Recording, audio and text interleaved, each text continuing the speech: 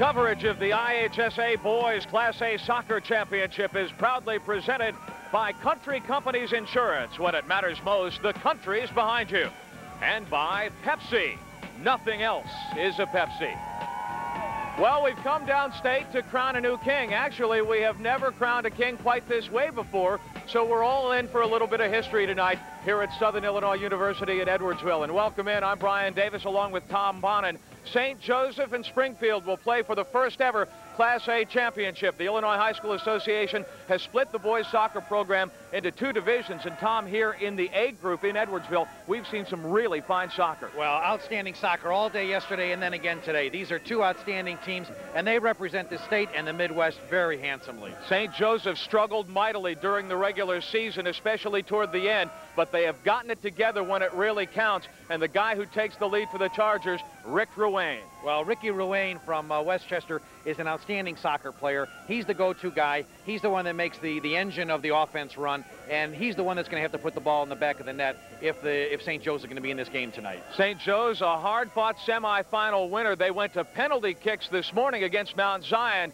and this guy, Mike Jacklin, is the guy who potted the game winner on the penalty. Well, Jacklin's had a great tournament. He continues to have a great tournament, and I expect a lot out of him tonight. The two seniors are going to be the leaders for St. Joe. They need to get the job done. This is going to be their last game. What a way to go out. Springfield has been nothing short of awesome. The Senators have won 13 games in a row. You would suspect then that they've got a great deal of firepower, and indeed they do. It all begins with Jason Vigil, this guy becoming the other day just one of 6 players ever to score a hat trick in state tournament history. Well, he is an offensive threat from any place on the field.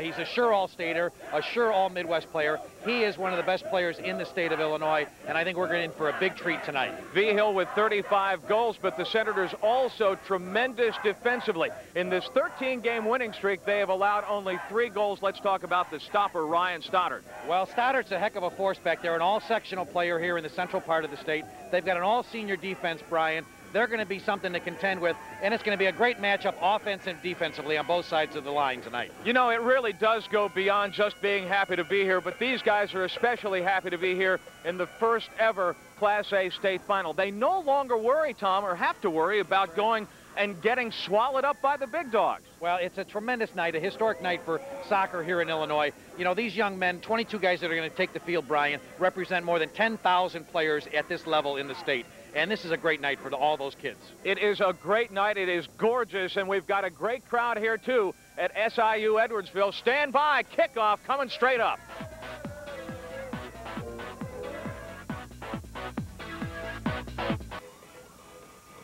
Upstate, downstate in the Class A final at Southern Illinois University at Edwardsville. The Senators of Springfield, the Chargers of St. Joseph. As we take a look first at the Chargers lineup. Sponsored by Country Companies, and again, we talked about Jacklin and Ruane, and we run down through. Look at the defender, Pat Dwyer, number 16. This guy is a real spark plug. Could be a heart and soul guy for this team. Well, he had a great game this afternoon in the semifinal. Almost put in the winning goal with 1 second left in the overtime. Of course, that game did go to PKs, and that's why St. Joe's is here tonight, Brian. St. Joe's, 16 victories, 6 losses, and a tie. And there is their keeper, John Denham. 5'9", 165-pound senior, struggled with his confidence, but he's got it back at the right time for the Senators of Springfield High School. Again, the big guns up front. Vigil, Stoddard in the back, and they've got some scoring from the back as well. Those guys can put up some numbers, those fullbacks. Well, they've got very good attack on the set ball play, so Boro will be doing the set balls. And we are underway. Vigil at the top of the circle, and the left-footed blast right away. Dan Bartolomucci, 21-goal scorer for the Senators, and this game hardly even 10 seconds old. And Springfield has got the first shot, and once again, this is a team, 24 victories, 2 losses, 3 ties. They've won 13 in a row, and they have allowed 3 goals in those 13 matches. Springfield gets into the championship match with a 1-0 victory over the eventual third-place finisher St. Viator in the semifinal earlier today. Well, the key here, Brian, in the first couple of minutes is setting up the defense for St. Joe's. A young defense, mostly they've got 2 sophomores, a freshman and a junior, and they're going to have to play very tough defense against the more experienced Springfield attack. So watch for how the youngsters set up in the defensive side. Mike Jacklin playing a little ball with Scott Asselborn, a 6-goal man for the Chargers, but the Senators' defense collapses, and as they move left to right on your screen, here they come. Upfield and inside. This is an attempt for Vigil at the 18. Now he regains control, but the play blown down. St. Joseph ball. Well, nice man marking there in the defensive unit there by the St. Joe players. Excellent coverage there, and the foul can put the ball back into play on a free kick. Great setup by Mike Berg, 5'11", 170 pounds. He had the assist on Press Maddox's goal against Viator today. Berg is a wrestler, he is a fighter, he is a ball winner in traffic as Vigil works in traffic down low. The cross for Bartolomucci, and it goes just wide, just past the back post. Cleared by St. Joseph. Springfield still working the ball, and now the race is on, and it's won by Johnny Williams. Back to the center of the field. This is Ryan Stoddard looking inside. Tackle made by Brian Denham for St. Joseph, and now cleared by Joe Tortorich. Well, Denham did a nice job covering his net back there on that crossing pass. It could have been a much more dangerous play, but he moved to the back post very nicely. Jason Vigil has got tremendous ball handling skills, and you saw it there as he worked his way all the way into the corner, and then the great cross all the way to the back post as he was looking for help. And let's take a look at that again. What you can see is he gets right down to the goal line. He makes the quick cross to the far post, and the goalkeeper does an outstanding job. Look at him going all the way back to the far post. Could have been a foul on that play. The official let the ball go through. You talked about the experience factor, and Vigil on that sequence working against sophomore John Stamos, an intelligent, tough kid, but again, a sophomore. And that kind of game experience cannot be learned out of a book or picked up from a videotape. Right. You gotta live it. Just a 2-year difference in the maturity is going to mean a lot, and in terms of the club experience and the high school versus high school experience. Stamos does have some club experience, so he'll make up some of that difference, but it's still going to be a 15-year-old against a 17, 18-year-old, Brian. Brian Denham off the dead ball. Tortorich is going to put the ball into play. Looking for Ruane down low. The ball comes back. Ruane beaten to it by Brian Bond, another one of these Springfield seniors. Here is Berg working up midfield.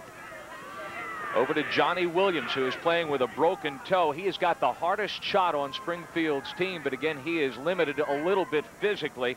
Williams with 7 goals and 9 assists during the season. Out of bounds on the far side, Senators ball.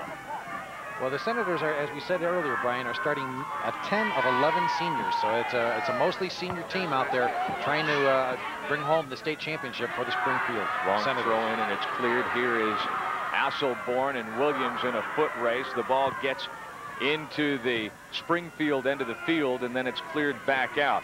This is Ryan Stoddard working the ball. Williams marked by 2 players, including Asselborn and Brian Denham. Denham peels off. Now the ball taken away by St. Joseph. Work to Asselborn. He's tackled and stripped. Brian Bond, far side. He was looking there for Brent Bora.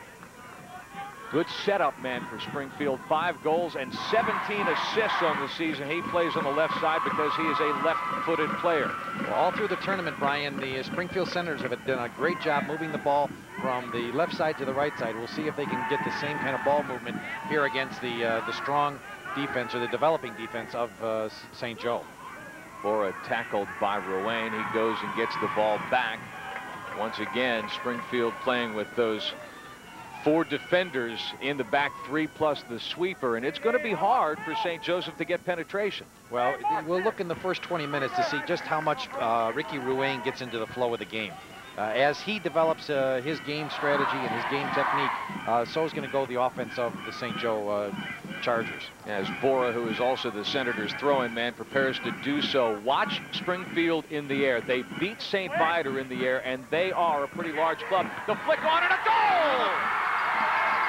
Jason Vigil off the throw-in, 1-0 Springfield. Vigil's 36th goal of the season gives the Senators a 1-0 lead. Oh, they're going to call it back, Brian, on the offsides. He was in offside. Well, we'll get another chance to look at this, Brian. Here's the throw-in on the first head. He was close. He was close. Was it Vigil who was offside on the play? Yeah, it had to be Vigil on the second touch. So the official right there on the line, and they're quick to make the call. It was the second touch. He advanced himself. When the defender stepped up, he put him in an offsides position on the first header. So we're back to even, but there you have a classic example of how dangerous Springfield can be off of dead ball situations. Vigil turns, spins, and the play is blown down. Push called just near the sideline. Well, the linesman helping the center official on that one indicates from his vantage point on the sidelines that a foul had occurred, and then it'll give him a free kick situation. Here again, very dangerous for the Chargers. St. Joe's going to have to mark up very quickly here. Bora gets the left foot into it. Again, the ball played into the air and beyond the back line. St. Joe's ball. We just got to look at Phil Eck, who is in his 13th season as coach at Springfield. 240 victories, 51 losses, 31 ties. This appearance is really redemption for him. This is his first appearance in the state final tournament after 4 really heartbreaking losses at the super sectional level. 4 consecutive years, 2 went to overtime, and 1 went down to penalty kicks. But tonight, the Senators have made it through. Well, they're here playing in the championship game, and as we said in the pregame discussion, Brian, it's a situation where now they have a chance to earn their own stripes at their own level. Nice tackle there by Jack Pearson.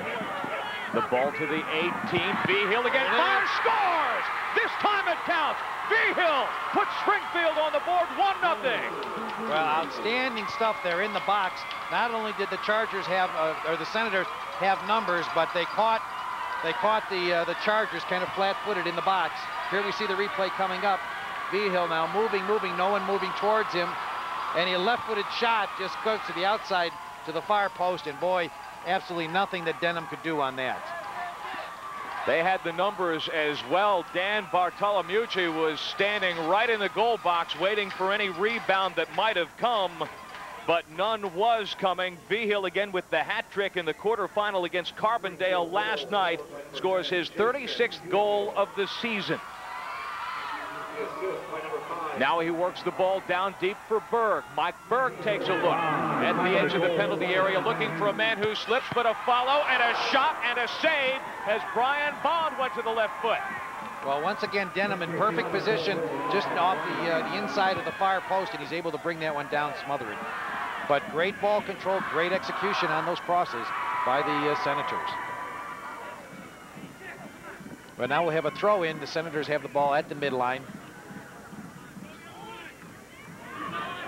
St. Joseph working out of a hole, something that they actually became accustomed to doing when they went through a stretch, Tom, that as they yielded only 1 victory in 8 matches. Well, they had a tough end of the season. The last 7 matches of the season, Brian, they went 1-5-1 and were outscored rather dramatically by a lot of their opponents. And that forced the new coach, Ray Feigl, to really make some adjustments in the lineup, and that's why we're seeing the younger, more a little bit inexperienced team, but this is where they're going to learn the game, is by playing the game, and we'll see that tonight as the game goes on. Right now, a little bit of keep away as Stoddard once again very active in the middle of the field. He takes a lot of pride in denying the opponent the middle. This is Bond. Across for Bartolomucci. Climbs over a man, and the play is blown down. Foul called on St. Joseph.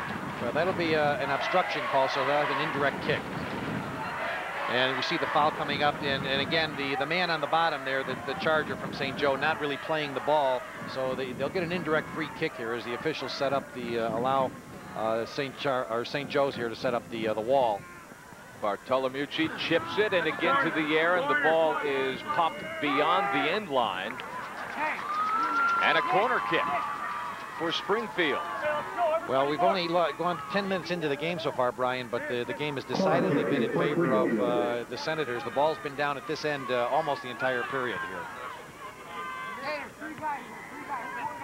I wonder if the field is slanted. Do you think they overdid the pitch? Here's Vigil looking in off the header. Bartolomucci again in the air. The ball playing ping pong and a goal. You know, the ball's got this time, Dress Maddox, who had the goal against St. Viator. Maddox jumping into the play. He can jump in as the fullback. Maddox with 9 goals and 8 assists on the season. He pots one here. 2 goals in 2 matches, 2-0 Springfield. Well, you can see here Maddox coming up from his fullback position at the sweeper, and the ball right down at his feet, and number 14, the senior captain, Cress Maddox, comes up with the goal, and that's going to put them ahead 2-0 here just as we're nearing the 30-minute mark. This game is not even 10 minutes old. That goal at 9:40. We really have not had a chance to see what St. Joseph's key players have been able to do as Vigil once again charges down, fires, score! Oh, what a play! Jason Vigil goes to the back post. He picked his spot and buried it. 3-0 Springfield. Well, we could see an absolute scoring clinic here by the Senators. Springfield leaving no doubt about it. They've come out to play tonight. And Vigil, working his way inside the 18, makes the quick shot right there at 4 yards from the goal line and right inside the far post.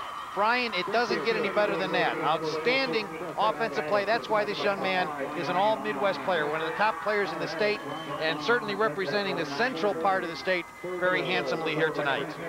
He simply beat Joe Tortorich, St. Joseph's sweeper, got one step on him and then looked around, saw the keeper Denham coming out, and he just played the angle magnificently. Outstanding offensive shot there. I mean, he didn't have a lot of room to work, and yet he tucked it inside that far post for the 3rd goal of the evening, and the route is on at this point in time. It's an absolute offensive clinic here by the senior-laden Springfield Senators. The title match scoring record, 7 goals by Granite City, beating Shorts High School out of Chicago's Public League in 1977. That record is very much in danger based on what we've seen here the first not quite 11 minutes of the match. Well, now you can see Ricky Ruane finally getting in some play there. I mean, that's the secret to any success, any attempt that St. Joe's going to have tonight. The team from Westchester needs to get Ricky involved in the offense here. What we're seeing here is probably the pattern of play that got, for instance, the Chargers scored on 8 times by Bennett Academy. That was what started that bad streak we were talking about. Here goes Vigil again. Brian Denham, and then Tortorich, and Vigil feeds Bartolomucci on the far side of the penalty area. He gets around one man to the back line. Now Tortorich gets the foot on it. He tries to clear, gets a challenge from Brian Bond. St. Joseph brings it the other way, if only briefly. Well, I think Bartolomucci would like to have that one back because he had 2 players on the far post. He should have cleared that ball all the way to the far post at the 6, and I think they had a great scoring opportunity. Stoddard jumps into the play and fires one. Why not? From about 40 yards out. Well, they need to do that to keep the defenders honest, and we can see now both the benches are going to start to make some substitutions as we get some almost a standing ovation here by the Springfield fans as their hero of the night, the scoring sensation number 10, Jason Vigil, comes out of the game. He'll get a rest, and well-deserved at this point, Brian. Replaced by an emerging star, sophomore A.J. Peterson. Here's Pat Dwyer for St. Joseph, marked by Bond, and a whistle, and Dwyer is called for the offense. Well, we'll have another free kick situation here. This will be a direct free kick since it was the foul was made in the act of possession of the ball. So the official will set up the wall. There's no wall here. Now the kick will come in. Long floating kick. Bartolomucci comes to the near side to corral it. He's marked by Matt Krasaki. It'll be a throw-in for St. Joe deep in their own territory. Kosaki, a senior midfielder whose brother also played in the Chargers program a few years back. Well, St. Joe's got a long tradition of outstanding soccer in the western suburbs. You know, they're out in Westchester. They've got a lot of club players, and they play in one of the top competitive situations in the East Suburban Catholic League. You know, all the top teams, all the teams in that are just outstanding competitors, and a real credit to Chicagoland soccer. In that streak in which St. Joseph won but one of 8 matches, they allowed 18 goals, 8 in a match against Bennett Academy, 6 in the regular season finale against Rockford Boylan. But then, as we mentioned early in the broadcast, they got it right, and in the 6 games leading up to this in the state tournament, they had allowed only 3 goals. So that is already out the window in the first 14 minutes of the match here tonight. Well, we want to remind our viewers that this is the 3rd match that these young men are playing in the last 26, 28 hours. So this is a very telling physical endurance type program for them. Through ball to Stoddard, the cross, top of the box, Bond to the left foot. It's blocked there, and nicely so by John Stamos. Play stays alive at the edge of the penalty area. Now Bond to the left foot quickly. Save made by John Denham. Well, good stuff there on the offensive side. Again, they're trying to play the near post, and I would think that when they look at this tape, they're going to probably wish that they were doing more far post stuff. Stoddard plays it back to Maddox. Far side looking for Brian Smith. Stoddard again to Johnny Williams, and out of bounds, St. Joseph ball. Well, there's a good example of what we talked about a few minutes ago, Brian. They moved the ball very effectively from left to right on the field, bringing the ball all the way back against the defense and crossing the ball to the far right side to Williams. Now, they missed the possession, and they'll lose the throw in here, but that's the kind of action you need to see when you're trying to score. Senior defender K.J. Griffin is into the lineup for St. Joe's, and they'll need to substitute. Ray Flegel will have to substitute frequently on defense, especially the way this game has gone and the amount of pressure that Springfield has put on. Nice ball. Ruane wins it from Johnny Williams. And now ahead, Mike Jacklin had a chance to get the Chargers, well, not quite their deepest penetration of the night, but their first penetration in a very long while. Well, a lot of some frustration there on the part of the St. Joe player as the arms went up, but no card. The officials talking to the boys, just explaining to them to play the game the way it's supposed to be played, and they'll play on. Springfield won a very rough match today against Viator. 7 yellow cards issued against the Senators. In fact, one of the assistant coaches for the Senators was red carded and can't be on the bench in here tonight. And you can see here the official doing an excellent job. But this is the kind of stuff you need to see when you're officiating a high school match. They're bringing the boys in to talk to them, explain to them that they need to control their emotions and play the game. Very good man management technique, which is the new term in soccer, man management. You don't need to control the game with a dozen yellow cards. Referee Haig Negocian is actually playing injured tonight. He's got an ankle problem. Ron Scott and Eddie Rubin are his assistants tonight working the lines. Well, that's something a lot of people forget, that some of the officials get injured just like the players do. Nice ball. Just scissored back toward midfield. Oh, good through ball. Here we go again. This is Bartolomucci. Slows it down at the edge of the penalty area. Dances, goes left foot, fires straight into John Denham's breadbasket. Well, nice positioning by Denham on that play. There really wasn't a big threat on that. I think after the 3rd touch there, he probably would, Bartolomucci would have been better off to serve the ball to the left side. But the ball's cleared out, and now the St. Joe will put it back into play with a free kick on that foul. Brian Denham and Joe Tortorich. Tortorich pops it down toward the top of the circle, headed by Ruane, headed straight back out by the big guy, 6'4" Todd Moore. Haven't had a chance to call his number, but he hasn't been needed. He's been able to play in the back. He is one of Phil Eck's better marking backs. Well, 6'4", he's a real force back there. Phil told us this afternoon that they started the season with him in the sweeper position and then decided to move to Maddox, putting the more fleet-footed and recovery-oriented Maddox back there. Got a yellow card issued to Mike Jacklin for some excessive roughness. Well, there's a situation where the referee just warned him, as we talked about, that man management, and it wasn't enough to calm him down. So the official has to step in and assert a little bit of authority here and calm the situation down. Let Jacklin walk off for a couple minutes and rest, perhaps recompose himself. You know, this is a very important game to all these young men, Brian, and it's a situation where sometimes the emotions get run away, and they need to just compose themselves every once in a while. Scott Asselborn is back in the St. Joseph lineup in his place. Also, Paul Jimenez. The ball beyond the end line will take a break mid-first half, and Springfield with a 3-0 lead.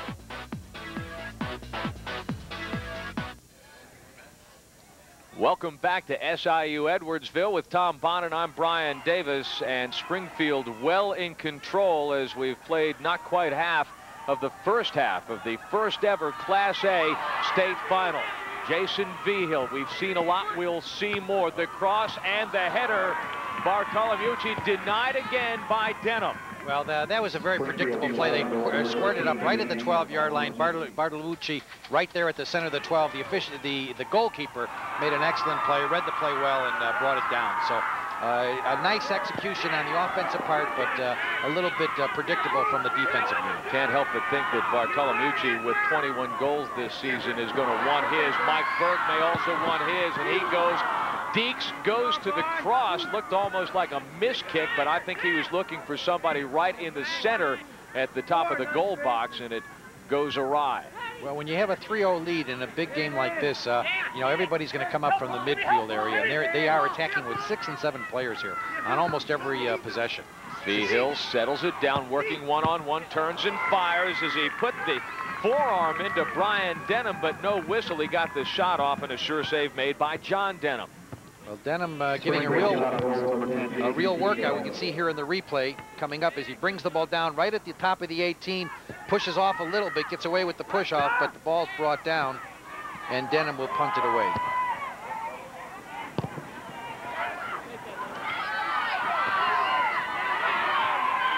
That's Mike Nelson, number 4 for Springfield, dancing and dancing with Ruane, who comes up with the ball as KJ Griffin. So check that. Paul Jimenez gets into the act. Here's Bartolomucci. Taking it all by himself, gets around Griffin, goes left side, still in control of the ball, goes to the left foot and goes high. Well, boy, that was an outstanding piece of dribbling work there by the very skilled Bartolomucci, and he ran with that ball 60 yards, Brian. Well, the scouting report on him is that he is one of the flashier dribblers on this club. Well, he obviously was trying to show his parents and all of us here in the stadium that the coach knows exactly what his assessment is. Well, there were 4 guys on him at any given time, and he managed to beat them all and get the shot off, although a little bit errantly. And again, the play blown down, a little bit rough in the middle of the St. Joseph zone. Here we can see Schaefer, the senior, in for the Senators. So it gives Coach Eck a chance to get some of these guys some time that they maybe haven't had throughout the tournament, because they've been in very competitive games. This one, they're very much in hand with a 3-0 lead here with 19 minutes left in the first half. Ruane attempting the cross to Asselborn, once again cleared by Springfield. Once again, another push, play blown down. Senators ball. A couple of guys that, the way things have gone, we just have not seen an awful lot of. Cress Maddox starts the play for Springfield, number 14. Mentioned him a moment ago. He's the kind of guy that will make a mistake and then recover with his speed, and Maddox is a guy that we did see on the scoring play there a little while ago, who will jump into the play offensively. Obviously, that was a little bit different because it was off of a dead ball situation, but these guys like to bring it up. Well, Maddox, in fact, got the big goal this morning in the semifinal match in the 1-0 victory, and you know, he was there in the same kind of set ball play. So a very experienced team with a lot of execution capability on the set ball play and any kind of free kick situation. Nick Schaefer in a collision at midfield as he advances the ball for Springfield. Schaefer, a junior fullback. This is Brian Smith working the near side. Smith challenged by Brian Denham. Ball goes out of bounds again to Springfield. Smith, who is the marker usually on the other guy's top forward, so we'll see him a bit with Ruane. He plays every minute, says his coach Phil Eck, of every game.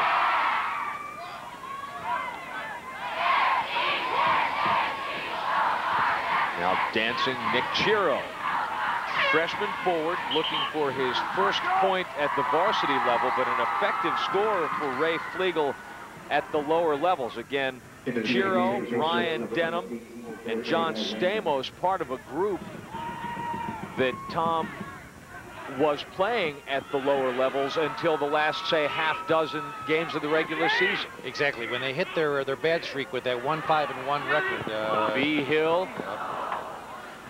Another excellent scoring opportunity there. You know, just to give you an idea of the time of the situation, you know, in the offensive half now, in the first 20 minutes of play here, the Senators have had a 15-to-1 ratio of 2-touch possessions in the offensive zone. In other words, they've been able to 2-touch, 3-touch passes, 15-to-1 in favor over the St. Joe Chargers. That's the kind of possession that you look for as a coach. You know, how many times can I keep the ball under my control in the offensive unit? Things have sort of settled down into a more mundane rhythm, but the first 10 minutes were unbelievable as Springfield scored 3 times in the first 10 minutes. 2 of those goals just literally coming about 20 seconds apart. Well, it was like a highlight tape in the first 10 minutes there. You know, just outstanding stuff. And this is the kind of thing that we're looking for in the single A. I mean, you match 2 teams of equal caliber that have come along a long way in the season, and you're going to see some great soccer. I mean, the fact that there may be better players throughout the state has nothing to do with the fact that this is great competition and the 2 teams that are equally matched playing their hearts out here. V. Hill to Mike Berg, who fired it beyond the end line, so a goal kick for St. Joseph. St. Joseph without a shot, I'm sure, here in the first half. Didn't have a shot on goal in the first half in the semifinal game today against Mount Zion. Again, they had to really climb a hill, but I think one of the things that's to play here tonight is that 3 of the top 4 teams in the state tournament were in one bracket, and that happened to be the bracket in which Springfield fell. There was some thought, some might say arrogant, I'm not so sure it would be that arrogant, that, you know, the winner of the semifinal game this morning that Springfield won against St. Viator would have a good chance to be the state champion. That's just the way it is, because you had 3 of the top 4 teams in that bracket. In fact, in one of the sectionals, Brian, we had arguably 3 or 4 of the top teams playing at the sectional championship level. When you had Bennett Academy, Geneva, Wheaton Academy from the western suburbs, you know, all of those teams, outstanding single A teams, and they had to compete for the championship just at the sectional level. Long shot there for A.J. Peterson. And corralled by Denham. Took it from a long way out, probably 20-25 yards away. But it was a pretty, he got a pretty good leg on that thing. Well, the thing that we want the viewers to understand is that these are 2 teams that don't hide from competition. Both of these teams play a major portion of their schedule is going to be played against AA schools. So the larger, more experienced, and perhaps more proficient teams on the AA level. So they don't hide from the competition. And in a large part, Brian, that's why they're here, because they want to play the best teams. They want to push themselves as far as they possibly can. Tortorich and Asselborn play a little header. The ball is stolen away by Springfield out of bounds to the Chargers. Mike Nelson, part-time starter, plays the wing primarily, and he's on the near side. Ball in play. This is Mike Berg. Again, Berg, he's a wrestler as well, and so he's got a little bit of toughness and moxie to him, and he's not afraid to go in a crowd for the ball. And now misplayed. Denham has to come out as Tortorich missed the clearing attempt. Well, a little bit of frustration in terms of the execution back there of the defensive unit, and just simply, as you indicated, a misplay on that. But Denham right there on the spot, the senior goalkeeper, able to bring the ball down and clear it out as we get back to action.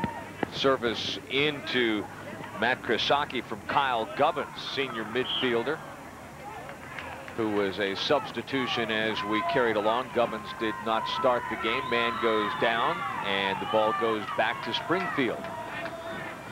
Well, tripping call on that. It was inadvertent, you know, no intent there, and the player just tripped over another. So it'll be a free kick for the Senators as we're just about ready to cue it up. Now, it's interesting, the Senators with a long free kick here, they're able to cover 30, 40 yards. And who do they go to? Outside to Vigil. Got a good look there of Todd Moore, 6'4", good in the air. Haven't needed him to be good in the air. He's been able to lay back there, but he is also the guy that they go to for a lot of their dead ball kicks. Yeah, Bora will take a lot of the close-in kicks. He's more of a finesse kicker, but the long kicks where they need a little bit of leg and a little bit of carry, get some air underneath it kind of thing, Moore will take those. As you see the attack again. Now splitting the defense and still alive and firing and scoring. Nick Schaefer wouldn't give up on the ball and pops it home. Goes to the upper 90 on the far side, and it is 4-0. in favor of Springfield. Well, just under 12 minutes to go here in the first half, and the Senators put up their 4th goal. You know, as you said, just no reason to give up, and the defense just not coming up to challenge Schaefer on the play, and able to get off the second shot. John Denham has really struggled a little bit tonight in the sense that he hasn't gotten the help that you would want to get. Well, as we talked about in the pregame, Brian, you know, here you've got a defense with one freshman. The Denham brother is a freshman, 2 sophomores and a junior, and they're really just missing a lot of experience. I mean, they're doing the absolute best they can out there, but matched up against 4 seniors who are all 3-year starters for the Springfield Senators. You know, it is a little bit of an overmatch here. And the score at 4-0 here, as we're coming down to near the 11-minute mark, you know, indicates just how convincing, how dominating the Senators have been here early and still in the first half. Peterson working at the edge of the penalty area. The ball is cleared by St. Joe's. But here is Moore, lofting it ahead, looking there for Nelson. Denied on the play by Jose Alanis, junior defender, also recently in as a substitute. Now a little bit of action in the Springfield end as Ruane tries to come in and take the ball away from Berg, but knocks it out of bounds instead. Vigil working on Brian Denham. Long ball looking for Peterson, denied, and nicely by Tim Wagner, another one of those sophomores. Well, nice play there by Wagner, because that was an excellent cross. Good velocity and very good height. You know, that's why Vigil is exactly what we talked about, an all-star player that's been able to execute throughout the night. Tom, let's talk about the pinpoint nature of the passing we've seen Springfield come up with tonight. They have been really good, very accurate with the surface. Well, you know, these players are all trained very well by Phil Eck and a number of club players in the Springfield area. They get a lot of experience. They play a lot of tournaments together, and they know each other. I mean, these kids have all played together now for 4 years. Alanis knocks down Nelson, and he's still face down. We'll see what the referee, Haig Negocian, comes up with on that. That was pretty close. Yeah, that was pretty close to being a yellow card foul on the trip from behind. The man turns his back and he tries to clip him, and he does clip him from behind. You know, some officials probably would have awarded the yellow card on that. We can see the player down, and the trainers are going to be out there checking out. And while the training staff attends to Mike Nelson, we're going to take a timeout. 4-0 Springfield, nearly 10 minutes remaining, first half at Edwardsville. Mike Nelson attended to, and off to the sideline he goes. He'll take a little bit of breather as both coaches go to their benches and substitute for a portion of the final 10 minutes of the first half. Dead ball. Kick will be taken by Drew Dickerson, senior forward. Takes a look at the wall on the near side. Most of his help is toward the back in the penalty area. Dickerson chips it forward, and John Denham flags the ball down and gets rid of it. Kicks the ball back to midfield. Looking there for Nick Chiro. Ruane. beaten to the ball by Dickerson, is now already here. Both coaches have gone deep to their benches. No, there's knocked down there. Push. Absolutely. Yeah, that was pretty much a simple call for the official. A charging foul from behind. Moore, number 17, just not able to stop his momentum, and so we'll have a free kick situation. You can see here the injured player now being tended to. It looks like an ankle situation, so I doubt that we'll see him back in here. Although I'm sure they all want to get back into the game. Moore knocked down Steve Balcevich. They actually traded some words. Here comes Ruane to restart the play. To the back post and into the air, and finally a shot on goal and a save for Grant Carter, the senior keeper for Springfield. Well, pretty much the first time that the Chargers have had a good possession in their half, and Ricky Ruane able to put the ball near the back post. Just he was about 45, 48 yards out from the goal there. Broadcast rights to tonight's state championship have been granted to Sports Channel and Intersport by the Illinois High School Association. Any rebroadcast or reproduction of this event without the written consent of Sports Channel, Intersport, and the IHSA is prohibited. Back to work goes Springfield. Williams served by Bond, edge of the penalty area, headed out by Tortorich. Back the other way comes Balcevich. Moore interrupts his progress. Well, just dumps it in. Now, that's a situation where in the past they've always reversed the ball back out here to the right. They like to move the ball side to side, don't they? Exactly, and you know what it does is it shifts up the defense, forces them to come out of a man-to-man and go to more of a zone. And what Springfield's trying to do is overload one zone with two players. And that's where most of their goals have come from. They've had two players against one defender. Interesting stat if you just look at the team goals against averages John Denham and Grant Carter have respectively. We'll hold that thought as the cross comes in. Bond lets it play through. Peterson fires and scores. Make it 5-0 Springfield as A.J. Peterson buries the ball low to the right corner. Well, just textbook execution there by the Senators as they bring the ball down to the left line, and we see the cross out in front. Peterson standing there right at the 12 and simply has to beat Denham. There's nothing poor Denham can do on that play. Here's another look at it as it comes out in front again, off a nice shot by Peterson to go to the outside post, and just good stuff. Well, and did you see the way that Brian Bond just let the ball play through? As the cross came, he just ducked and got out of the way, and so you've got a situation where I think John Denham was probably committing to Bond because he thought the ball was going to him, and boom, it goes past, and he's got no chance. Well, that's where experience tells the tale here, and it's certainly telling the tale on the scoreboard here in the first half with 6:57 remaining. They're just putting on a clinic here, an offensive clinic, as we indicated early. Everything that the Senators are doing is textbook stuff. Springfield's goals against for the season coming into the match tonight was really, it was 2/3 of a goal a game, .66. Contrast that with St. Joe's GA, which was 1.65. So fully a goal more a game over the course of the season. You figure that John Denham has seen a lot more leather than Grant Carter has. Exactly, and Denham has played against some of the top teams in the Chicagoland area, a lot of the Double-A teams, so he's well tested.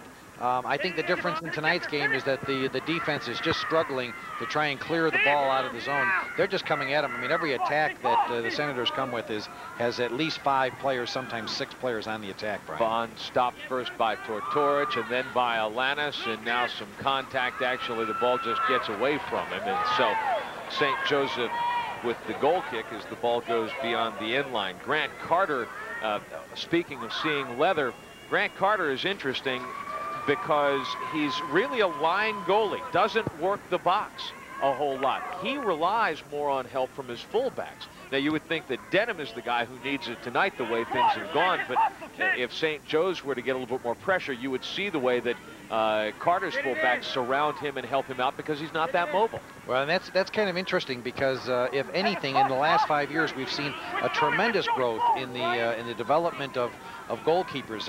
You know, you know, everyone knows that the U.S. has great goalkeepers, but now it's being evidenced because all throughout the world, everybody's coming after U.S. goalkeepers for professional leagues. Number 9, Mike Gully for Springfield. He has some contact with Nick Chiro there, number 28, and the call goes in St. Joe's direction. Ruane denied again as he tried to get the ball down low. There's a perfect example of the Chargers not being able to maintain a two-touch possession in their own offensive half. They lose the ball immediately on the counterattack. They come back. Jason with the shot. It's blocked. Vigil was working one-on-one with Alanis. Alanis then peeled off, and Tortorich came in and actually got the shot block on Vigil. You know, again, now 7 attackers still in the formation for the Senators as they just keep coming and coming. St. Joe just has to try to clear the ball the best they can, try to get it to the outside. They keep making clearing passes up the middle, and of course that goes right into the hand of Springfield. Again, watch for the cross at the 12, exactly there. Here we go. Nice ball, by the way, in the back by Brian Smith, and now the punt all the way over. Mike Berg releases it with a lot more leg than he needed. Well, an excellent side volley there for any of the younger kids that are watching the ball game tonight. You know, good execution on that. He needs to bring his weight over the ball a little bit more and bring it underneath the goalpost. That's a makeable goal in a high school game. Dan Bartolomucci back in. He replaces Vigil, so the number 1 scorer comes out and the number 2 scorer comes back in. Moore plays it on the far side. He decides to take it. Beats Eric Rousakis around the left side. Now the ball cleared by St. Joe's. Here's Tortorich. Now the ball is stolen. Look at this. There's Brian Smith, and it's stolen right back by Brian Denham. Ball placed to the near side and put down the sideline. A little bit too far and a little bit out of bounds. Nick Chiro. And it looks like Denham, the younger Denham, the freshman, is down on the collision, so the officials are going to stop the action here and make sure that he's all right. Well, that happened at very high speed. I mean, Smith came charging in. He came ripping up the field, and then Denham came ripping back. Well, you know, when you see a score like this at 5-0, you got to ask yourself who's going to be able to beat a team like Springfield. They only had 2 losses during the regular season, Brian. Now this is going to trigger the whole upstate downstate debate that we'll get into. We'll maybe have a debate about which was the better team, the A champion or the AA champion. Our next IHSA event on Sports Channel, as a matter of fact, coming right up next here, the 1997 Class AA Boys State Championship. 2 p.m. airtime from Mike Lederman and Ed Vicinic from St. Charles High School. Well, here again, you know, the teams are evenly matched here. It's going to be great soccer both here on the single A level down here in Edwardsville. A great site. I mean, this is outstanding location for soccer. A soccer stadium, you know, here in the middle, just a few miles east of St. Louis, and real soccer country here. These people love soccer around here. This park was built for the Olympic Festival back in the early 90s. In 1991, here's Williams. He likes to work that left side, and now to the air, and Bond pops it just wide. Well, in that, the execution by Williams, he had the right idea. The execution was a little bit soft. He needs to get a little more velocity on that crossing pass. The ball just hung up. There's too much air underneath the ball. Allowed the defenders to make the play as well. Ruane to Asselborn, to Balcevich. Asselborn working the right side, working against Mike Gully, sophomore fullback for Springfield. Again, they're stripped off. The Chargers stripped off the ball before they can get that 3rd touch possession in their own offensive area. Right away, we're back on the counterattack as the Senators just here with less than 2 minutes remaining in the first half. They lose the ball out of bounds. William loses the ball, so it'll be a throw-in for the Chargers. We are into the 39th minute. 5-0. Springfield leads St. Joseph. I started to talk about the debate. You can debate upstate, downstate. You could also debate AA because St. Charles will not repeat. Well, quite an upset. I mean, in the semifinals earlier, and you know, the situation where are the top teams? And Springfield, you know, is going to get a lot of, when people see this game today, they see the level of execution that these kids are putting out today, and they're going to have to, you know, raise the flag for the Springfield team. Williams with the cross to Bond, and again, he pops it over. So now you'll have a bragging rights situation. It should Edwardsville win, Edwardsville and Springfield, who's the better team?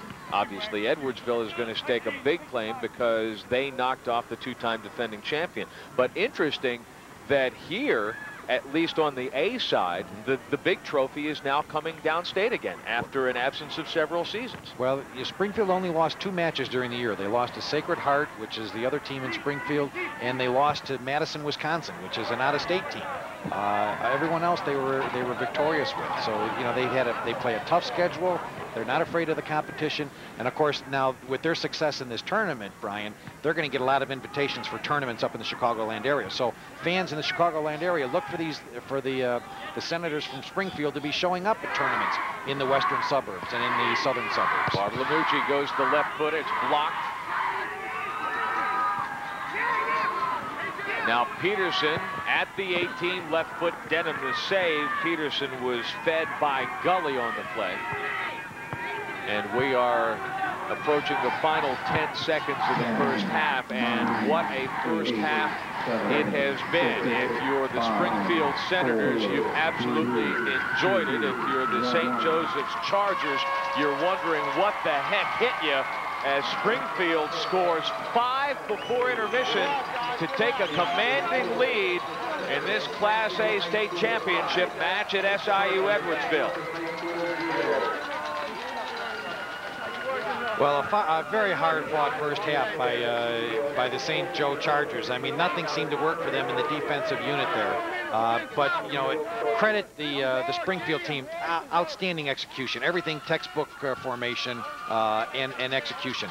Some pretty impressive highlights coming your way. Some no doubt interesting stats coming your way. Stand by with Tom Bond, and I'm Brian Davis. Stay with us. This IHSA Class A Championship on Sports Channel.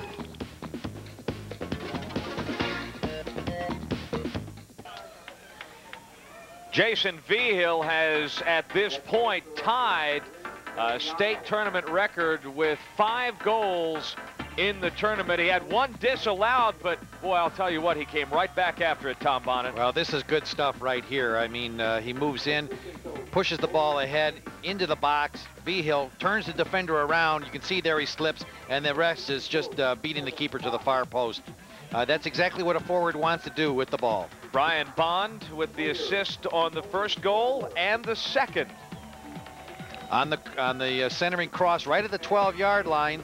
Ball goes up in the air, and now we're going to have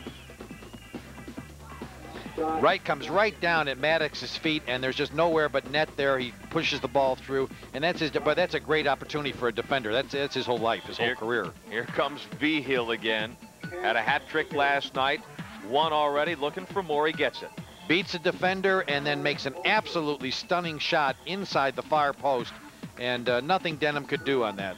Unassisted at 9:54, so 2 goals in 14 seconds time there, and then comes a young guy named Nick Schaefer.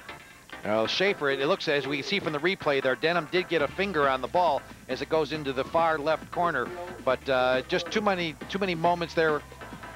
Schaefer unassisted, and then Peterson from Vigil. So A.J. Peterson gets a marker, and Vigil helps him out, and here are your halftime team stats. Again, a 5-0 lead for St. Joe's. Goodness gracious, Tom, look at the shots.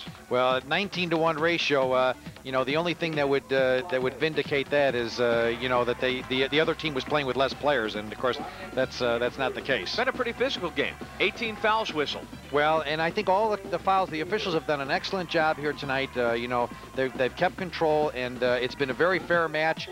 You know, just simply time of possession is the telling tale there, Brian. Well, and that almost, the way it felt in the first half, that almost favors St. Joe's. Stand by. Well, we've got some records that Springfield's trying to break. Let's see if they get them when we come back for second half action here at SIU Edwardsville.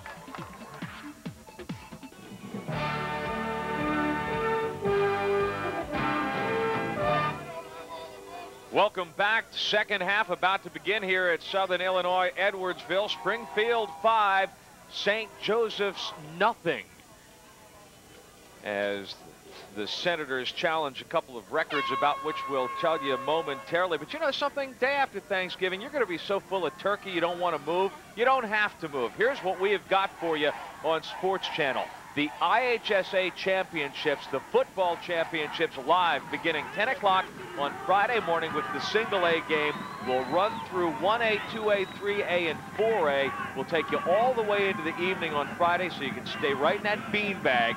And then on Saturday, we'll have the big guys, the 5A and 6A championships beginning at 12 o'clock. The IHSA State Football Championships just around the corner. Sports Channel, your exclusive home for all the excitement. 4 games Friday and 2 more on Saturday. For more information on the Sports Channel Plus games, call your local cable operator. Well, we're back to action, and let's hope that the coaches have had some influence here. Try and regroup and reorganize things on the St. Joe side. If you're Ray Flegel, what did you tell your guys at half? Well, you know, guys, let's forget about the 5-0 score. Let's forget about where we've been this afternoon and this evening. Let's just play the second half and make it a two-game half. I mean, that's basically what they're going to do. Is play the second half, play 40 minutes as hard as you can, and forget about the scores in the first half. You can't get those back. Bond with the cross and maintaining control very nicely. That's Bartolomucci, and now to the right foot firing is Ryan Stoddard jumping into the play. John Denham goes down to deny him what would have been a record-tying 6th goal. Mentioned earlier, a 7-goal number. That was for 2 teams. Granite City in beating Shores 6-1 in 1977. Scored 6. That's the record. Haven't seen one since. Had a 5-goal game, what, about 15 years ago or so. Yeah. Well, this is the first year of the single A, and we see, oh, there it is. Too high. Boy, a great feed, a great through ball, and you can see just exactly, we're seeing a situation where they pushed up so far. Here's Stoddard with the guy on defense who we expected to call all night, and he puts a perfect through ball right on his foot and just can't bring it down, put it inside the post. But a great effort. There's that accurate passing again we talked about, as Bartolomucci actually split 2 defenders on the play. Well, Stoddard with a great through ball on that. He saw the opening and was able to put the ball directly through the 2 defenders. But Bartolomucci couldn't bring it down and put it in. So our score remains 5-0 here in the opening minutes of the second half. Jason Vigil has, with 5 goals here in tournament weekend, tied a state record as he loses that ball beyond the end line. George Wendell of St. Charles in 1984 scored 5 goals in quarterfinal, semifinal, and finals action. Vigil has matched him with the hat trick in the quarterfinal against Carbondale last night and the 2 goals that he's got to this point tonight. Well, anyone who is a detractor of the single A soccer can see just exactly the kind of execution and effort on the part of these young men. And I wouldn't for a second doubt any of the 35 goals that he's had this year, Brian. Tom, this facility, I want to go back to that. We talked about this late in the first half. This was built for the Olympical Festival, I believe, in 1991. SIU Edwardsville has done a great job in maintaining it here. They've got a fabulous track.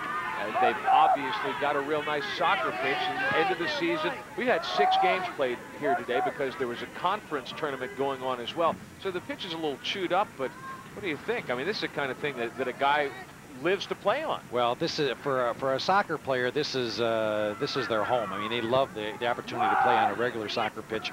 Field's about 74 wide, 110 long, and while it's a little bit chewed up because of all the activity they've had this year and perhaps the dry weather this fall, it's just an outstanding facility. Anyone who's going to see the broadcast after ours of the double A will see the difference between playing on a soccer pitch and playing on a football field converted. Vigil denied there by Stamos. Johnny Williams really got that play started for Springfield. Now the cross, Bartolomucci goes to the head. Now he gets knocked down, and the play is blown down. Ball trickles beyond the end line. Let's see what they got, Tom. They'll give him a corner on that because it looked like it came off the defender. So here's the cross. Viejas crossing it to the far post, and the ball bounces off the defender. Looks like it went off of number 9 there.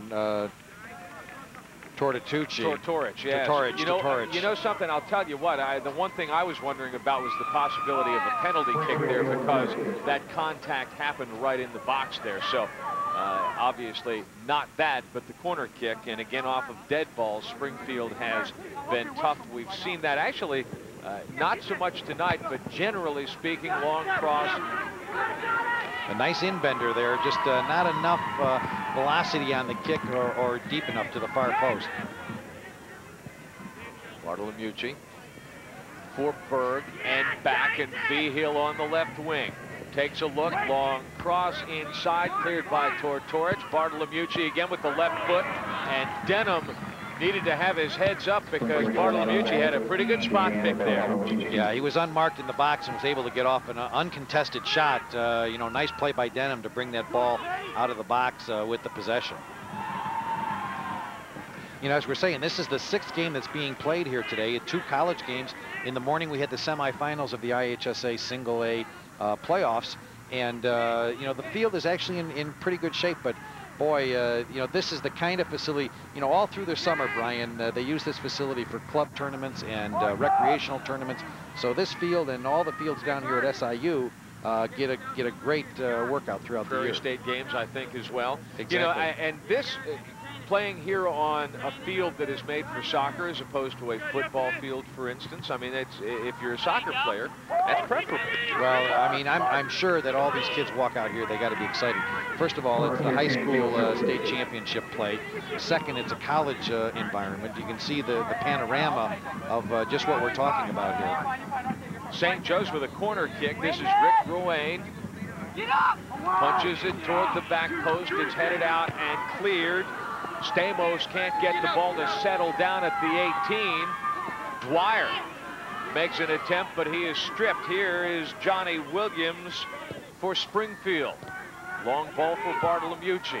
And now for Vigil. Nice service. Vigil catches up with it on the wing. Little bit long. Now he brings it back. Gets by one defender. Draws a beat on a second. Nice at the 18. Bond just goes high. Well, unselfish play there by Vigil because he brings the ball across from left to right on the crossing play. As you can see here, number 10 brings it back, crosses it between the 2 defenders, splits the defenders, puts the ball out there right at the top of the 18. He does that with, you know, a blind look. He knows the man's there. All he's got to do is get the ball to him at the 18. And he did a heck of a job of it. Bond couldn't quite settle it down to go left foot, which is his strong foot. Here's Mike Berg. Stoddard jumping into the play offensively, marked by Asselborn, and somebody had a hand on somebody else. There was a hook in there. Well, I think the official allowed him a couple extra steps because he had the ball under control, but they're going to bring it back where the original foul was shown. You can see here Stoddard coming up from his defensive position, up on the attack, moves through. As you can see the hand there pulling on the sleeve, and he finally loses possession, but they're going to bring the ball back a good 5 or 6 yards from where he loses it. Kind of had a hold of each other when you get right down to it. Here's Bartolomucci. Well, he's going to start the play firing, hits the wall. Now the race is on. Bartolomucci says 21 goals in the regular season. I want one here in the final. Well, he loses the ball out of bounds, and it'll give a goal kick to the defensive unit of St. Joe's. They're going to try and clear this ball out. Well, it's got to be a frustrating night for Ricky Ruane, who's a quality player, a very expert club player in the Chicago area, plays for the Chicago Sockers. His brother, J.J. Ruane, is a college player at Valparaiso over in Indiana, Division I player, goalkeeper. So the Ruanes, you know, very active in the soccer community, very active, you know, throughout the year in soccer activities. So he's got to be frustrated. I'm sure his parents, you know, aren't too happy with the outcome of tonight's game. But, you know, there'll be other games, there'll be other opportunities for the Ruanes and for all these kids. Oh, Williams off the top of the net. Man, that thing just floated and nearly nestled in the upper 90 on the backside. Yeah, here comes the replay on it. We see Williams now as he comes down along the side, puts the cross up. It looked more like a cross than a shot, and he just mishit the ball, and that's why it goes over the top of it. You know, another look at it as he comes across the back. Yeah, he just miskicked the ball. He was trying to put it on the far post. He had players coming on there. And we're back to action at midfield. Stoddard. Brian Smith. And the play is blown down as a push is called on Brent Bora, who again led this team. Actually, he was second with Vigil with 17 assists on the season. Well, I'm sure a lot of those came off of set balls, free kicks, because he does all of their, execution on free kicks inside the 40-yard line. This one a little bit long.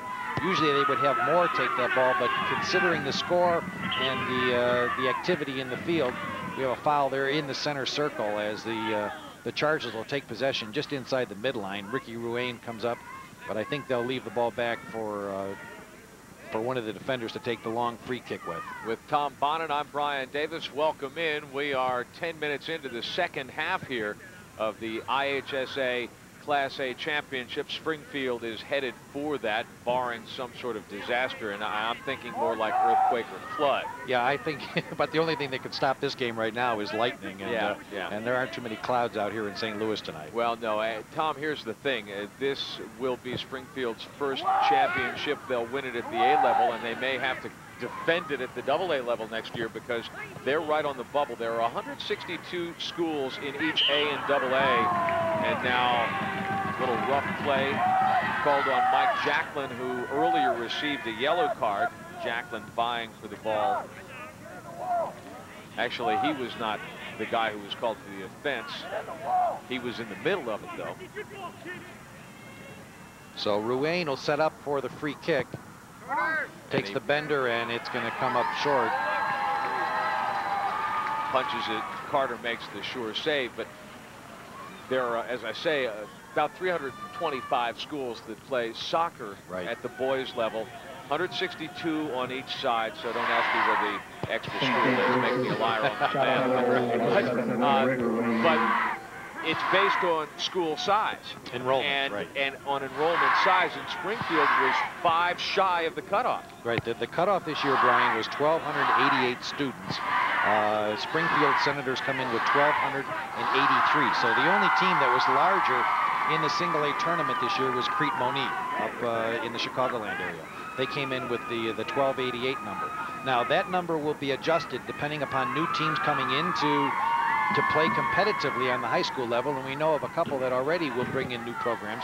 Some Chicago Public League teams will be forming up, and so that may shift the balance of enrollment, and very likely may shift Springfield into the AA next year. We probably could read about all of this on Tom Bonnet's Virtual Soccer magazine, couldn't we? Well, we've covered that throughout the year. We put the enrollments up, and it's been very surprising to me the number of people that come in and actually visit the website to catch up on what's going on in Chicagoland soccer.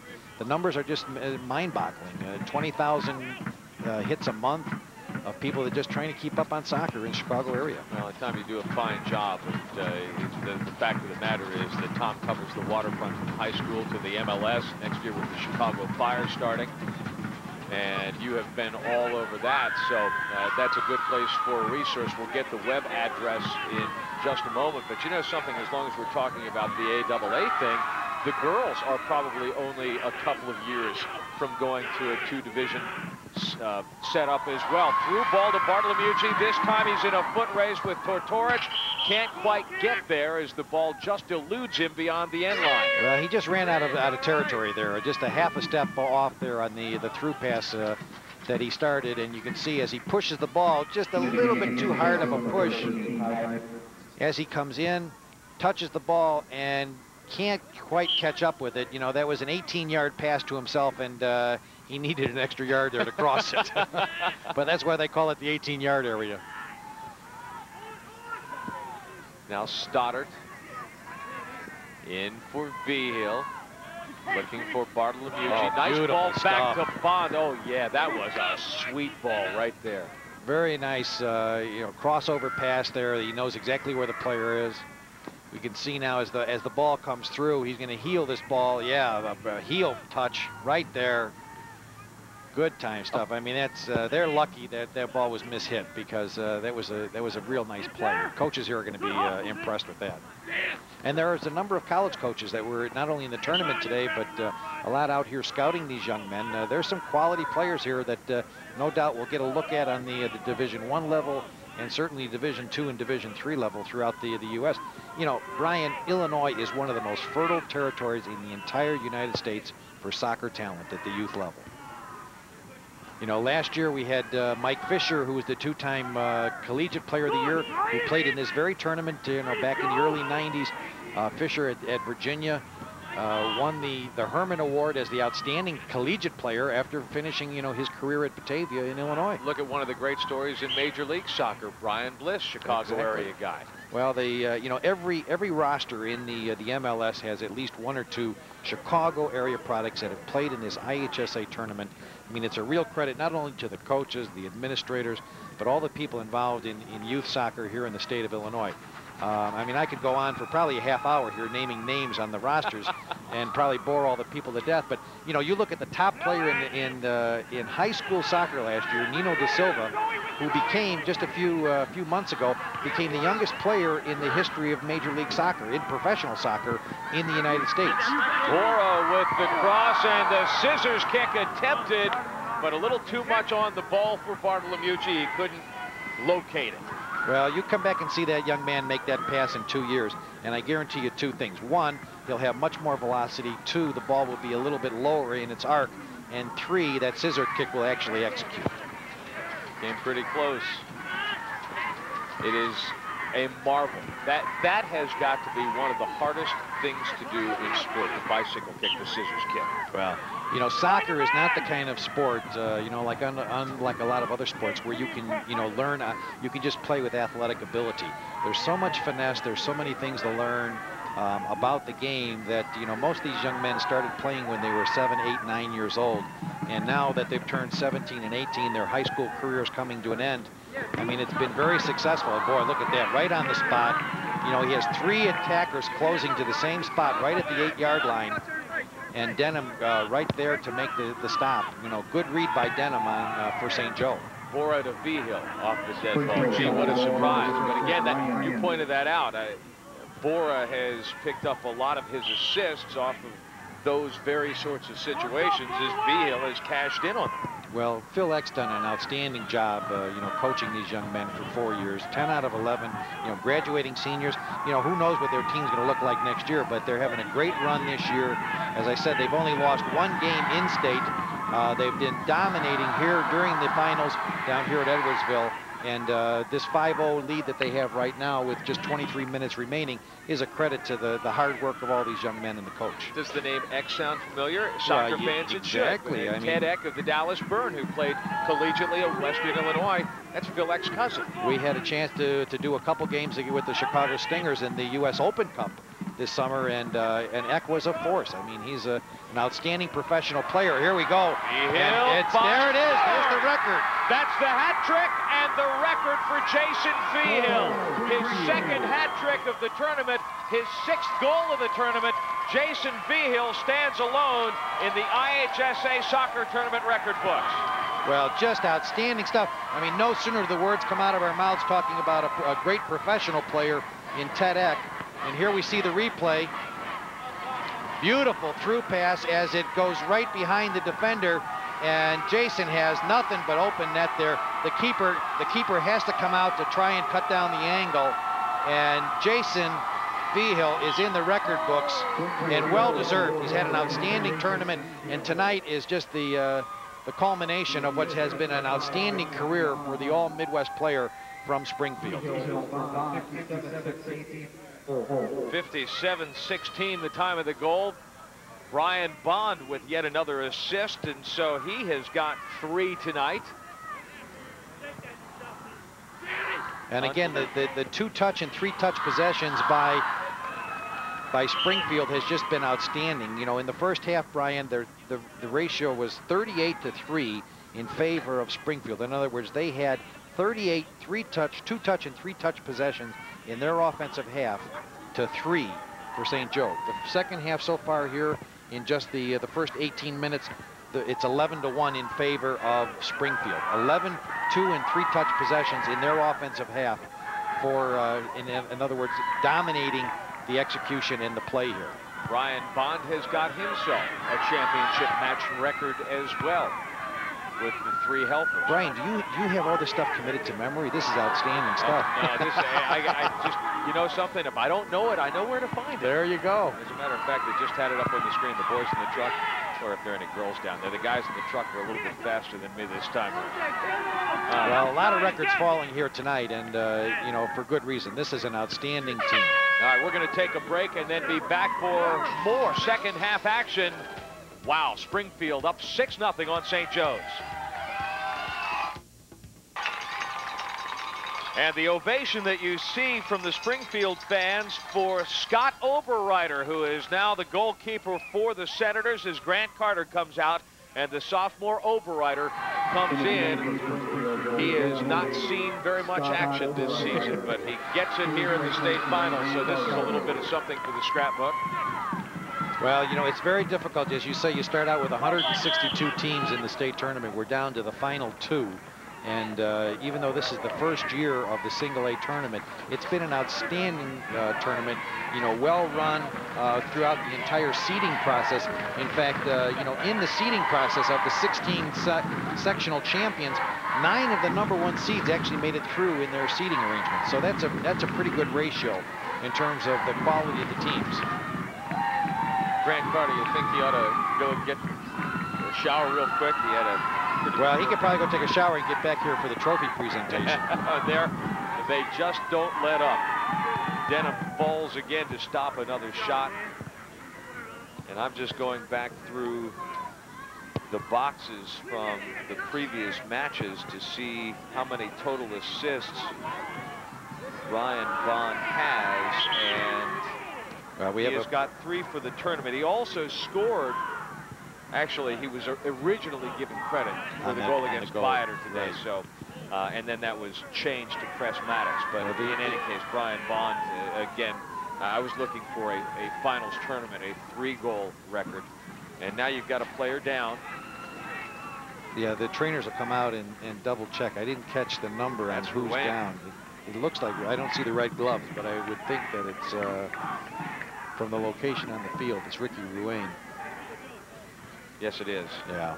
Yeah, there you can see his red gloves that are distinctive, and they'll bring him out of the game because they had to stop the match and make sure that he's all right.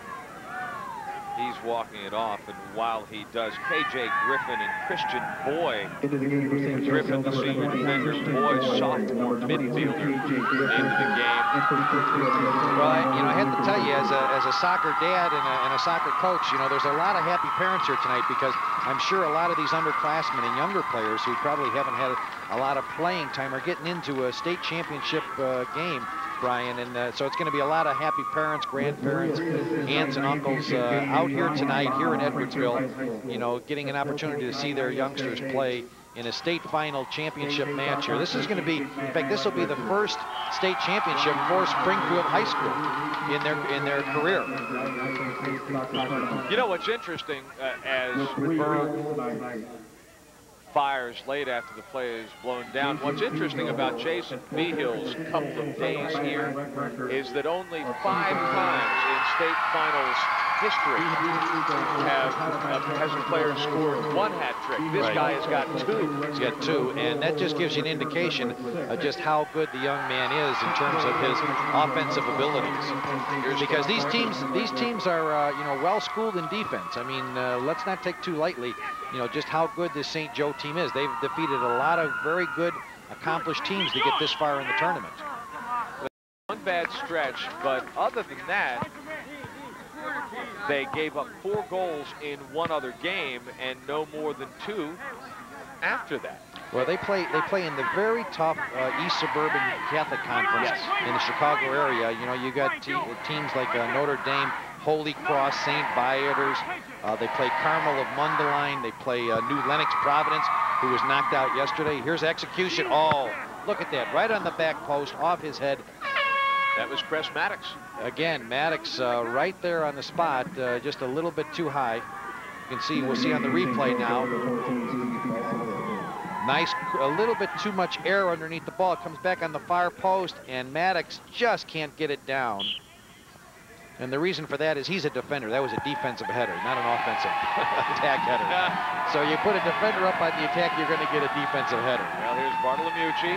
Oh, good stop. Oh, no. And a save made by Denham. Barely got a hand on it, because after a great individual effort, he had that ball ticketed for the back post. Oh, good stuff. Look at this. He's going to come into the box inside the 18, drops to his knee, comes up and gets the shot off at 8 yards, and it's touched off the hands of the goalkeeper. I'll tell you, if you're a college scout looking for a talented goalkeeper, you've seen a workshop here by Mr. Denham.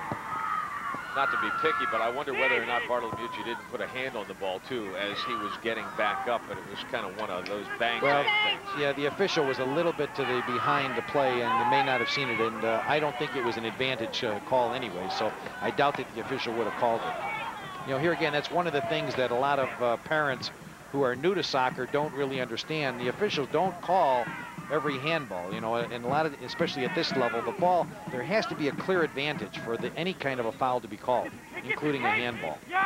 Here's Williams, and he's tackled by K.J. Griffin. So Springfield, and actually the ball off of Williams. So St. Joe's works the ball in, contact, and another whistle, and we're moving up the field 10 yards and a free kick at a time, or a throw in at a time. Yeah, whatever works at this time, at this point in the game. I think St. Joe would just like to put together a couple, you know, 3 or 4 touch possessions, try and get that ratio back in line that we talked about. You know, normally in a closely fought game, you know, that ratio is going to be, you know, 1-to-1, each team having the same number of 2-touch and 3-touch possessions in their attack zone. You had 2 suburban Catholic League schools here in the tournament, St. Viator being the other. Hang on, this is Asselborn, and he is tackled, and he tries to get back up and can't get to it. As, wow, what a great individual effort by Chris Maddox on the defensive end for Springfield. Now well, behind the play, we're going to have a card issue. Yeah, there's going to be a card here. It's going to be on Ruane, I got a feeling. Is it on Ruane? Yeah. Yes, it is. It was either for dissent or it might have been a pushing off after they lost possession down there. A little bit of frustration coming off, and you know, here again, Ricky Ruane, a real competitor, probably just losing his composure as we come up on the replay here. Ruane trying to touch it away. Well, and I think what Ruane was probably a little bit frustrated, even though he lost possession. It could have easily been an obstruction call. There was no call, and he kind of lost his composure there. So the official, right to step in, kind of reassess the situation, stop the play, and get everybody calmed down here. Todd Moore restarts for Springfield. Ryan Stoddard, what a leg! He really does have a cannon. Again, he's 6'4", only 170 pounds. Well, he put about 200 pounds of dynamite in that one, because that ball carried 50 yards to the air. St. Viator was a team that, well, losing this morning to Springfield, this was a team that a year ago had considerably more firepower, because we've talked about Nino Da Silva. Let's not also forget Jarrett Payton, who decided to play football this season instead of soccer, and so well, they lost. Right, 2 years in a row now. St. Viator's has been back to the Final Four. Last year in the one single tournament that we had in the IHSA. This year in the 2 tournament format, they're down in the single A. They only have 1,000 students in the school, so they're going to be in the single A for a number of years. But you know, they lost Jarrett Payton, who went football, and Nino Da Silva, who was the prep player in the nation last year. You know, and the standing joke on the sports desk is that you know, even an old guy like me could have scored 30 goals with. Score! Oh, there it is. Brian Bond. Well, I don't think I could have put that one in, but a great service on that play. And a little, you know, just another defensive breakdown back there. No one marking him on the far post. And we can see from there. Here's Williams again. Boy, he's had a lot of chances to make this same play. Fakes it, gets the ball up. Nice loft on the ball, carries to the far post, and this time an attack header as the ball goes down into the turf. And we'll come up with another look. Williams again gets himself positioned, makes the cross to the far post, and the ball's going to go easily past Denham. Not much Denham. Denham needs help on that back post. That's just way too much territory, too much for that young man to cover. Brian Bond with the goal, and nicely done by Bond on the attack header.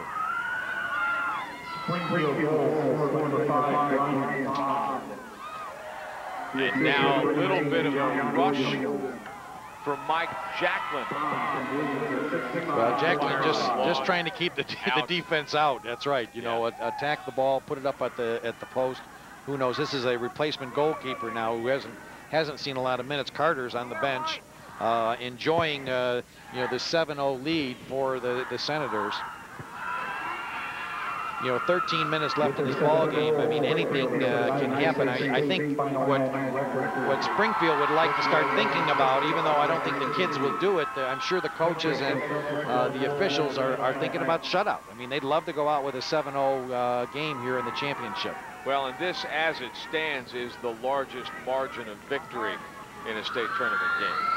Well, and you know, let's not forget, Brian, they had an outstanding ball game this morning against St. Viator. I mean, a 1-0 game where the only goal in the match came in about the 4th minute of the match, and so it's been a very exciting day. And coming off the field is Bond.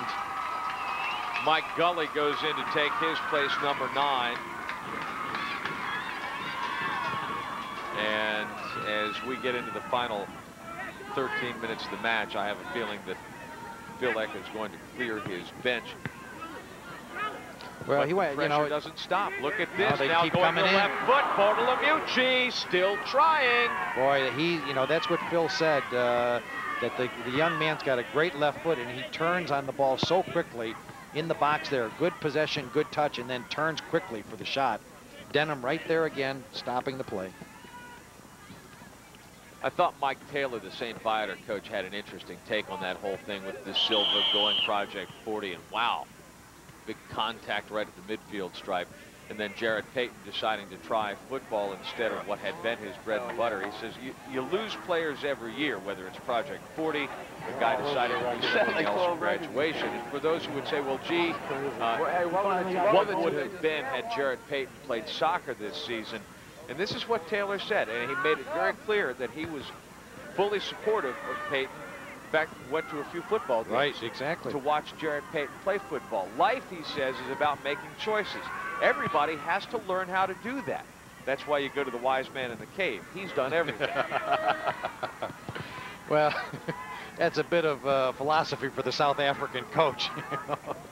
Most of these coaches got a few yarns to tell. You know that. Oh yeah, absolutely, absolutely.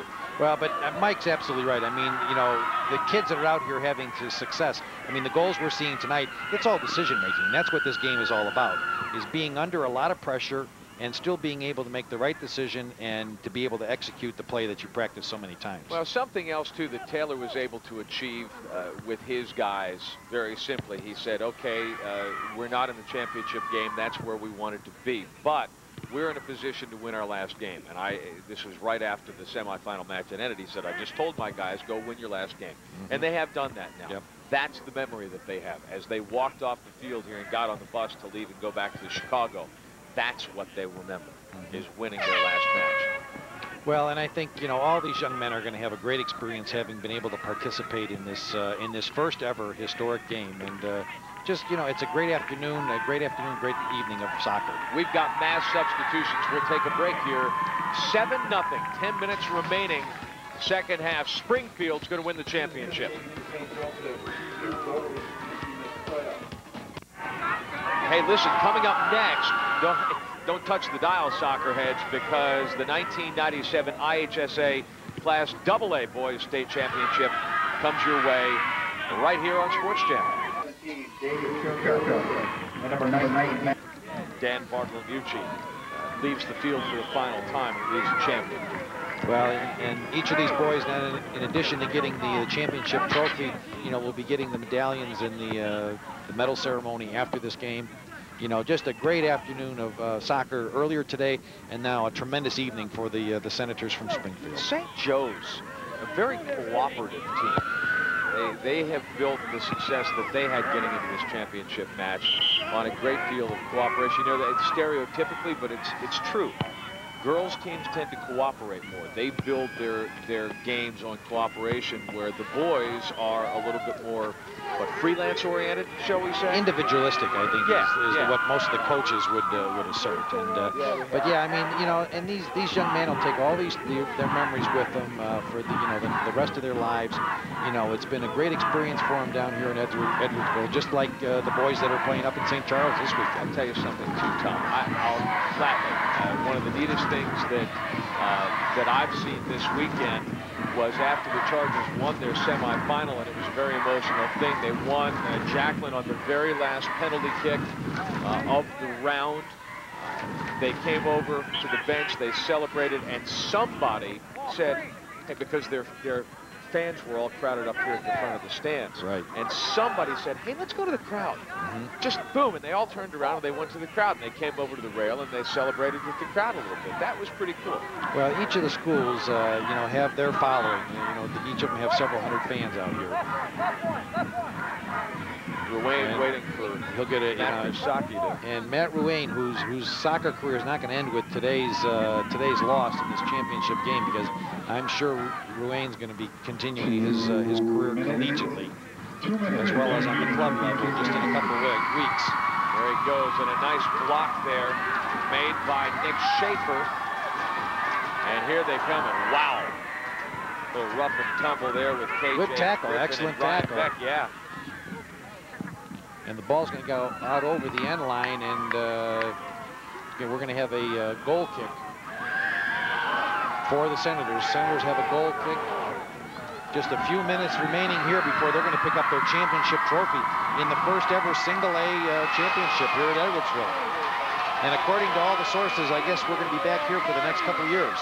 Well, you know something? That's not a bad thing either, because, well, among other things, Edwardsville, not far down the road from Collinsville, there's a ton of lodging, there's a ton of dining. St. Louis, as you mentioned earlier, is maybe a half an hour down the road max with traffic getting across the bridge on I-55. So this has been a great weekend. This has been a really enjoyable weekend. And as I said, you know, most of the people that are involved in club soccer are quite familiar with this facility, because it is one of the outstanding soccer fields here in the Midwest. And the people here at SIU do a great job keeping it up. Well, and the Senators fans are just absolutely cheering on the final moments of the ball game here. 4 times the Springfield Senators got to the Super Sectional, and 4 times in consecutive years they lost. Twice in overtime, once on penalty kicks. That did not happen this year. In 1997, the Springfield Senators got to the championship tournament.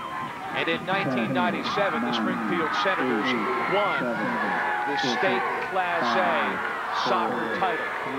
Time winds down, and it is Springfield in a big way, a 7-0 victory. How much more persuasive can you get as the Senators vanquish the Chargers of St. Joseph's? Well, the question is going to be asked, and only the fans, and that's the great thing about soccer, is only the fans will be able to decide just how far this Springfield team, with that awesome attack that they put on tonight, the exhibition that they put on offensively, how far they could have gone in the AA this year, because that might have been a very interesting AA tournament. We saw that the Edwardsville team did very well in their early round play. But boy, I'll tell you, this is an outstanding offensive unit here from the Springfield Senators. With Tom Bonnet, I'm Brian Davis. The award ceremony coming your way at Edwardsville.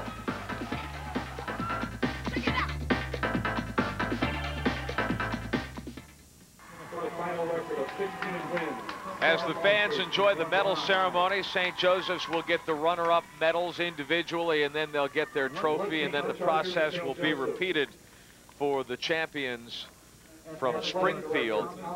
Let's take a look at a couple of things, storylines. We talked about the experience versus the youth, and experience won in a big way in this match tonight. But St. Joe's, Ray Flegel played 2 freshmen and 2 sophomores a lot, and he's got a number of other underclassmen on his roster.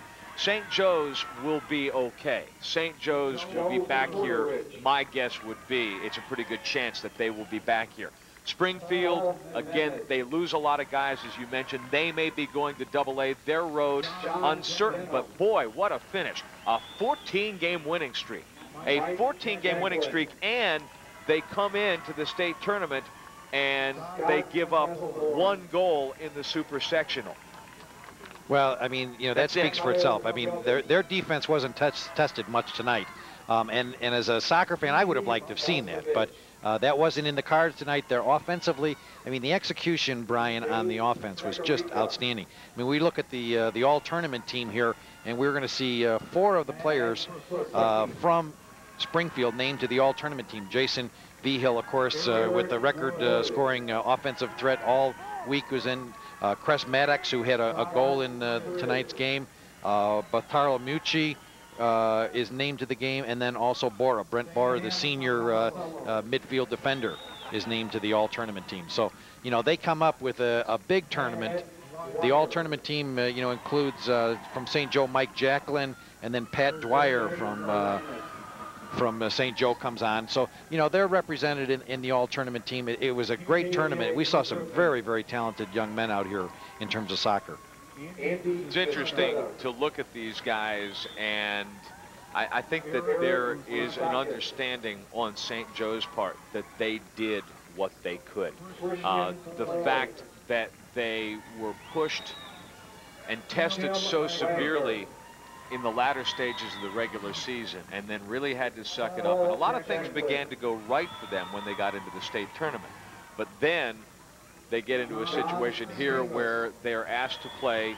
And listen, it's the same way for both sides. I'm not trying to make excuses for the Chargers, but this is a smaller, younger team that played 3 matches in roughly 29 hours time, and that's asking a lot. And especially when you're talking about underclassmen, because they just don't have the physical maturity to handle that many games. You know, St. Joe came into the tournament qualifying, and they didn't have exactly an easy path, Brian, because they had an easy match over Nazareth.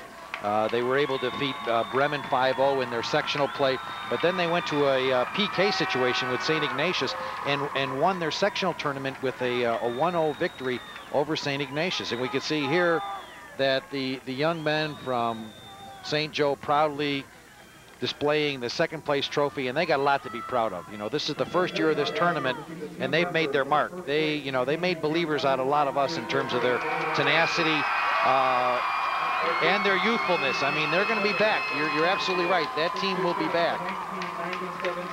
And now the roar of the crowd for the 1997 Class A champions, the Springfield High School Senators, who finished the season with 25 victories, 14 consecutively.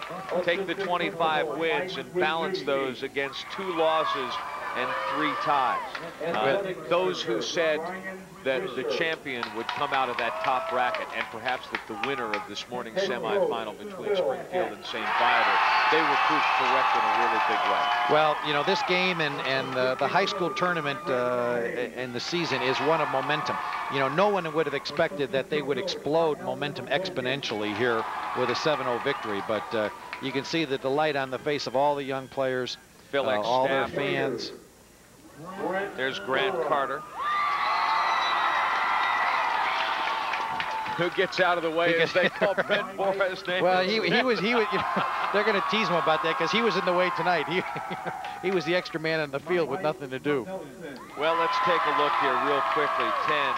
10, 15, 17, 19.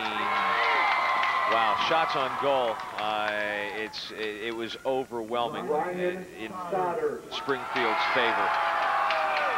St. Joseph wound up with 3 shots on goal. 8, 7, 15, 25, 27, 28, 29, 32 to 3. Shots, not shots on goal, but shots in this game. Just to give you an idea in terms of the 2-touch possessions in their offensive half, Springfield has 61, St. Joe has 6. You know, you're not going to be able to control it. I mean, that's what total domination is. You know, the score, you know, tells the story, but the 2-touch possessions also gives you an idea of just how dominating they were. Jason Vigil. There's Vigil, the hero of this tournament.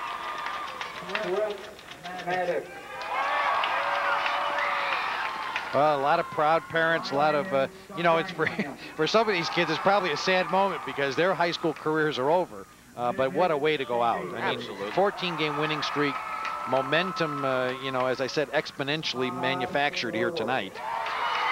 This is a night that they'll remember, and I'm sure a broadcast that they'll remember. You know something, too, while we have just this quick moment, they have something to shoot for now, and we've sort of nibbled around the edges of that, but we've talked about Project 40, we've talked about Major League Soccer, we've talked about a national game that has really taken a big step up. The big win at Mexico, or not the win, but the draw. You get the big point at Mexico City last weekend. For guys who play the game, I'm not going to get into a debate about where soccer stands on the landscape, but for these guys who are committed to the game to begin with, they have so much more to play for, so much more to aspire to now than they did, Tom, even 5 years ago. Well, and the whole complex, the whole horizon of soccer is changing. I mean, just last week we had Nike Corporation, which sponsored the ball games, the games today here with equipment. Nike comes out. There's the tournament first place championship trophy. You know, Nike commits to $120 million in youth soccer over the next 10 years. I mean, where is that going to put the next generation of soccer players? Hey, you know what? These guys tonight feel like $120 million. Your 1997 state champions, Class A, the Springfield Senators. Back to wrap it up in a moment at SIU Edwardsville.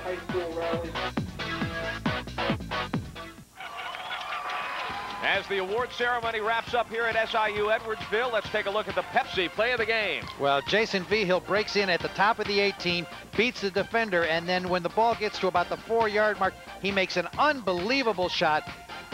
Brian, this has to be the outstanding shot of the tournament, if not, and along with the shot of the game. That's a reel for the 1997 season. Tremendous play by a tremendous player. Now our next IHSA event on Sports Channel, right next, the AA Boys State Soccer Championship. Once again, congratulations to the Class A champions, the Senators of Springfield. Now for Tom Bonnet and our producer-director Dave Turner, I'm Brian Davis saying so long. The proceeding has been an exclusive presentation of Sports Channel.